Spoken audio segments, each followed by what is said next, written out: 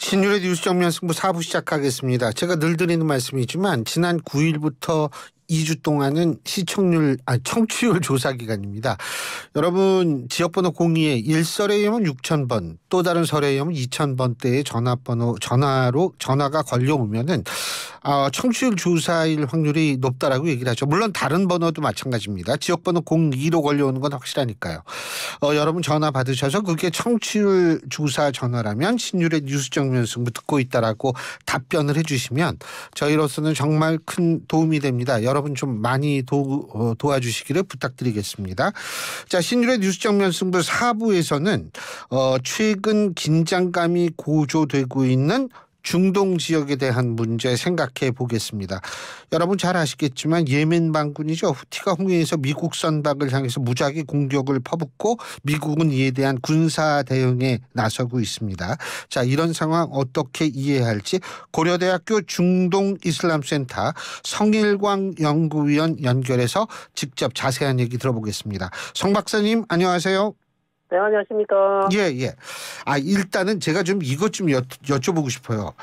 예멘 반군 후티라고 그러는데, 예? 네네. 이게 예멘의 이 정부군하고는 다른 거죠? 반군이죠?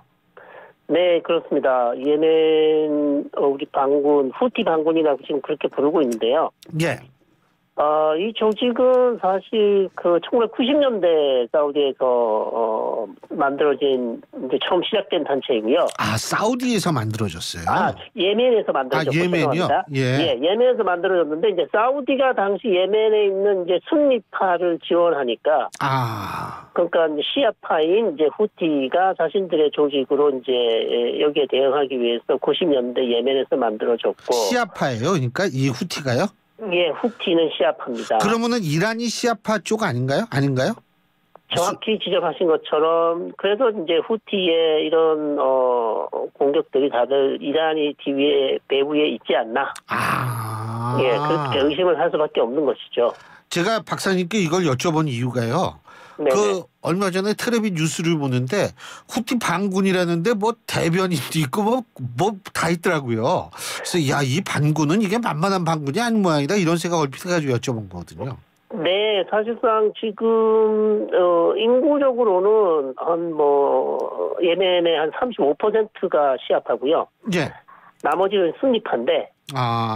예, 순니파인데. 네. 문제는 이제 이런 후티 반군이 이제 예멘 북쪽 정도를 차지하고 있는데 그 밑에 있는 인구가 아마 한 70% 정도, 좀 많은 인구가 지금 예멘 후티 반군 통치하에 있습니다. 그렇군요. 네. 그러니까 이게 단순한 반군이 아니라 통치 지역이 있는 반군이군요. 그렇습니다. 쉽게 말해서 예멘의 사실은 서쪽, 서북 쪽을 지금 통치를 하고 있기 때문에. 예. 특히 이제 수도도 지금, 사나라는 수도를 지금 예멘 후티가 사실 차지하고 있습니다.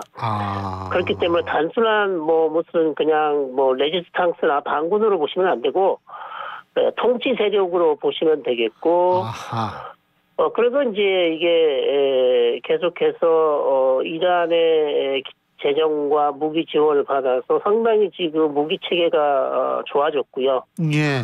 예, 그래서 이제 사우디가 이제 또 2015년 즉 예멘 내전, 즉 후티와 정부군 사이에 내전이 벌어졌는데 이제 사우디와 아랍에미레이트는 정부군을 지지를 해줬고요. 예. 그 다음에 이란은 당연히 이제 같은 시아파인 후티를 지원하면서 사실상 2015년부터 사우디와 UAE와 그 다음에 이란이 예멘에서 대리전 전쟁을 하고 있었다. 이렇게 말씀드릴 수 있겠습니다. 근데요, 이 후티 반군이라는 이 후티가 지금 이 홍해를 지나가는 상선들을 막 공격하는 모양이에요. 예? 미국과 영국이 또 이 후티 본거지를 공격을 하고 어떻게 보십니까? 그 공격을 하는 이유는 초기부터 이 후티는 지금 가자 지구에서 이스라엘이 하마스와 전쟁을 하고 있지 않습니까? 예. 그래서 자신들은 후티 반군은 우리는 팔레스타인 즉 하마스와 연대를 하겠다. 그렇기 때문에 우리는 이 홍해를 지나가는 이스라엘 선박을 그냥 보내주지 않겠다. 공격을 하거나 납포하겠다고 이미 천명을 했고요. 네. 그리고 수차례 이스라엘 쪽으로 탄도미사일과 드론 공격을 했습니다, 이미. 네, 그것을 이제 미 군함이 요격을 하거나 이스라엘이 네. 직접 요격을 하거나 대부분 다 요격이 됐습니다만, 그래서 홍해를 자꾸 이제 교란을 하는 가장 큰 이유는 우리는 이스라엘 선박을 공격하겠다고 했는데 거기에 이제 미국이 그러지 말라고 요구를 하고, 그 다음에 지나가는 선박, 이스라엘 선박 말고도 다른 선박들도 이제 오인해서 공격을 한 경우도 있습니다. 예, 그러면서 이제 이 홍해 지역이 긴장이 고조되면서 이제 해운업 하시는 또 해운사들의 배들이 이제 지나가지 못하는 것이죠. 예. 그러면서 이제 홍해를 지나서 수에즈로 해서 유럽으로 가야 되는데, 수에즈 운하를 통해서 유럽으로 가야 되는데 그러지 못하고 희망봉으로 해서 아프리카 대륙을 둘러서 가야 되는. 예. 그래서 국제해상로에 상당히 이 후티 때문에 시간도 많이 걸리고요. 물류비용이 높아지니까 영국과 미국으로서는 이것을 그냥 가만히 보고만 있을 수 없었던 것이죠. 근데 이게 통치 지역도 있는 그런 반군인데 말이에요. 그러니까 이 국가가 국제적으로 인정을 못 받았다 뿐이지, 나름대로 뭔가가 있는 일반 반군하고 좀 다른 규모가 있는 반군이라고 볼 수 있는데. 네네. 예, 그런데 이러한 도발이라는 게 사실 게릴라식 도발이라고 볼 수 있는 거잖아요. 그렇습니다. 이제 고속정을 지나가는 큰 선박을 잡기 위해서 이제 빠른 고속정을 투입을 해서 마치 우리가 아덴만의 어떤 소말리아 해적들처럼 그런 방식으로 이제 투입이 되거나 아니면 헬기를 투입해서 배를 납포한 적도 있습니다. 헬기를 투입해서요. 예. 직접 그렇게 해적처럼 그런 단순한 게 아니고요. 체계적인 무기를 가지고 있기 때문에 헬기를 동원해서 큰 배를 납포해서 그냥 배를 끌고 간 적도 있기 때문에 그냥 단순히 후티를 이렇게 반군으로 보시고 무기 체계가 그냥 재래식일 것이다 생각하시면 안 되고, 상당히 무기 체계가 좋은 것으로 그렇게 지금 알려져 있습니다. 결국은 일각에서는 이런 후티 반군의 공격이 북한식이다 이런 얘기도 하는데 동의하십니까, 송 교수님께서는? 저는 그렇게 그걸 굳이 북한식으로 표현할 필요는 없어 보인다고 보이고요. 예. 왜냐하면 이것은 그냥 미사일을 바다로 쏘는 게 아니라 실제 타겟을 두고 실제 공격을 했기 때문에 그냥 힘가시하는 정도가 아닙니다. 실제 공격을 했고 배도 실제로 납치를 했고요. 그 다음에 미국 군함에 대한 공격도 실제로 자행을 했기 때문에 단순히 그냥 협박이나 으름장을 놓기 위한 것은 아니다 이렇게 보고 있습니다. 자, 그렇다면 지금 이 후티 반군이라고 불리우는 이 조직 혹은 이 단체 여기가 중동 전체의 위기를 더 고조시킬 수 있는 그런 상황을 만들어가고 있다라고 송 교수님께서는 판단을 하십니까? 네, 그렇습니다. 정확히 지적해 주신 것처럼, 왜냐하면 미국과 영국이 사실상 가자지구 전쟁 이후 10월달 이후에요.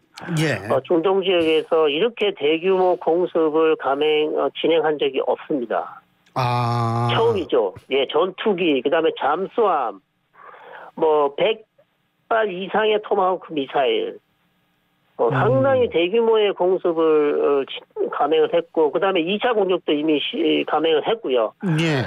그렇기 때문에 이제 후티는 또 보복 공격을 할 텐데요. 가만히 있지 않겠다고 이미 천명을 했고, 영국과 미국 목표물에 대해서 반드시 보복을 하겠다고 했기 때문에 사실상 후티의 반격이 어떻게 나올지, 이것이 이제 이라크와 시리아에 있는 미군 기지를 타겟으로 해서 다시 공격을 한다면, 그러면 이제 미국과 영국이 또 재차 또 공격을 하겠죠. 그래서 이제 tit-for-tat 방식으로 치고 받고 치고 또 때리고 하는 그런 양식으로 이제 반복이 된다면 사실상 홍해 지역, 그다음에 중동 지역 전체가 이제 긴장이 고조될 수밖에 없는 것이죠.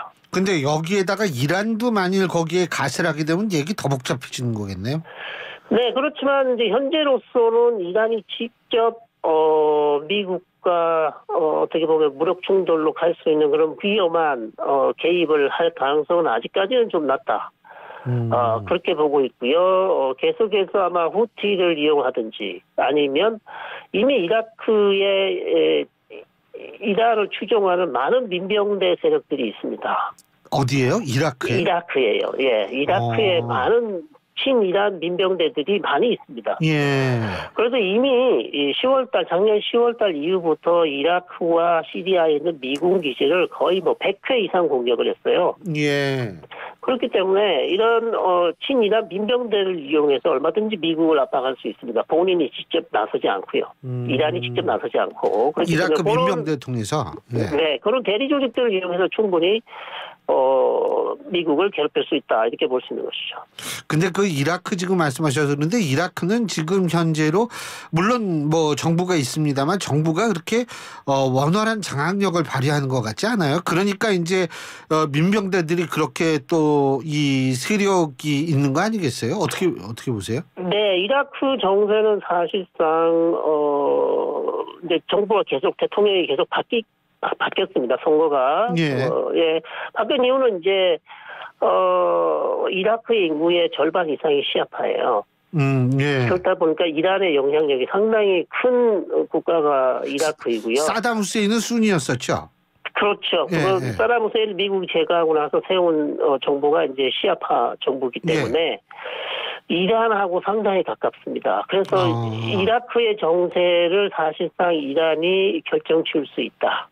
그 정도로 이란의 영향력이 크고 그렇다 보니 이라크에 있는 민병대들이 대부분이 이란과 상당히 친한 민병대들이 많이 있습니다. 아, 그렇군요. 네, 그러다 보니 이제 이런 민병대들이 사실상 이라크 국가의 어떤 지시 없이 명령 없이 자기들이 자의로 그냥 미군 기지를 공격하는 그런 이제 말도 안 되는 지금 일이 일어나고 있는 것이죠. 아, 그렇군요. 그러니까 결국은 지금 이제 이라크 민병대들이 이 후티 반군과 함께 이 지금 뭐 미국하고 영국하고 대항하는 모습을 보일 수도 있겠네요. 그죠? 네, 상당히 그럴 가능성이 높아 보입니다. 그래서 뭐 지금까지 공격을 안 한 것도 아니고 최근에 또 미국이 이라크에 있는 그 민병대 한 조직의 그 수장을 암살을 했어요. 미국이요? 예. 왜냐하면 계속해서 공격을 해왔고, 미국으로서도 이제, 그런 민병대들의 공격을 더 이상 용인할 수 없다고, 용인할 수 없기 때문에, 레드라인, 즉, 금지선을 보여주기 위해서 이제, 지도자를 암살하는 그런 이제 경고성 암살을 보냈는데도 불구하고 이라크의 이제 친이란 민병대들이 미군 공격을 중단할 것 같지는 않습니다. 네. 근데 만일 성 교수님 말씀 맞다나 이게 만일 말이에요. 공격을 했다라고 치면 미국 뭐 예를 들면은 중동 지역에 있는 미군 기지를 공격하거나 뭘 어떻게 하거나 이거는 결국은 미국 영토를 공격하는 거나 마찬가지로 미국은 반응을 할 거고요. 이렇게 되면 실제적으로 그 후티 반군인가요? 후티 반군이 있는 그쪽이 이 후티 반군이 장악하고 있는 그 지역은 뭐 지상군까지 들어가고 뭐 이렇게 되는 거 아니에요? 지상군까지는 아직 조금 이르고요. 예, 현재로서는 아마 공중이나 이제 장거리에서 공격할 가능성이 높고 이번 공격으로 인해서 뭐 후티의 뭐 지금 가지고 있는 어떤 그 무기의 한 30% 정도를 이제 파괴했다. 그래서 아직 75% 정도는 아직도 후티가 반격할 수 있는 가능성이 있다. 이렇게 보고 있습니다. 그래서 아직도 후티는 여전히 상당히 많은 지금 무기를 가지고 있는 것이죠. 그렇기 때문에 미국의 기지를 공격하는 것은 당연히 말씀 주신 것처럼 미국의 주권에 대한 도전이기 때문에 미국이 상당히 강경하게 나가야 되는 것이 맞는데 미국도 역시 이렇게 되면 혹시 이란과의 합전이 될 수도 있고 그다음에 대선을 얼마 이제 10개월 정도 남지 않은 상황에서 중동 지역에서 어떤 대규모 큰 전쟁을 치른다는 것은 상당히 이제 부담이 되기 때문에 미국 역시도 상당히 좀 조심스러운 입장이라고 할 수 있겠습니다. 그러니까 지상군 투입 가능성보다는 공습으로 그냥 원거리에서 공격할 가능성이 높다. 네네네 그렇습니다. 그렇군요. 그런데요, 지금 이 교수님이 보실 때 이 지금에 있어서의 어떤 긴장감 고조, 이것과 하마스 이스라엘 전쟁과 연관이 될 수밖에 없는 거 아니겠어요? 어떻게 보십니까? 네, 정확하게 지적해 주신 것처럼 후티 반군이 사실상 10월달 작년 10월 이전에 이 홍해를 지나는 선박에 대해서 아무런 공격을 한 적도 없기 때문에 가자지구 전쟁 이후에 정확하게 우리는 이스라엘 선박을 공격한다고 했기 때문에 만약 그 가자지구 전쟁이 조기에 종결된다면 사실상 중동 지역에 어느 정도 긴장이 해소될 수 있을 것이다. 결국 이라크에 있는 친이란 민병대도 마찬가지고 후티도 마찬가지고요. 그다음에 이스라엘 북부에 지금 이스라엘과 교전을 계속하고 있는 레바논의 헤즈볼라도 마찬가지고요. 약간의 긴장은 해소는 되겠지만 아마도 이제 말씀 주신 것처럼 일단 전쟁이 중단되면 조금 전체적으로 긴장이 해소되어 지금보다는 훨씬 나은 상황이 될 수 있겠죠. 그러나 안타깝게도 전쟁이 빨리 종식될 것 같지는 않은 그런 상황입니다. 왜 조기 종결이 안 된다고 보십니까, 교수님은? 네, 현재로서 미국이 이스라엘 측에 계속해서 이제 전쟁의 방식을 바꾸라고 얘기하고 있습니다. 종전보다는.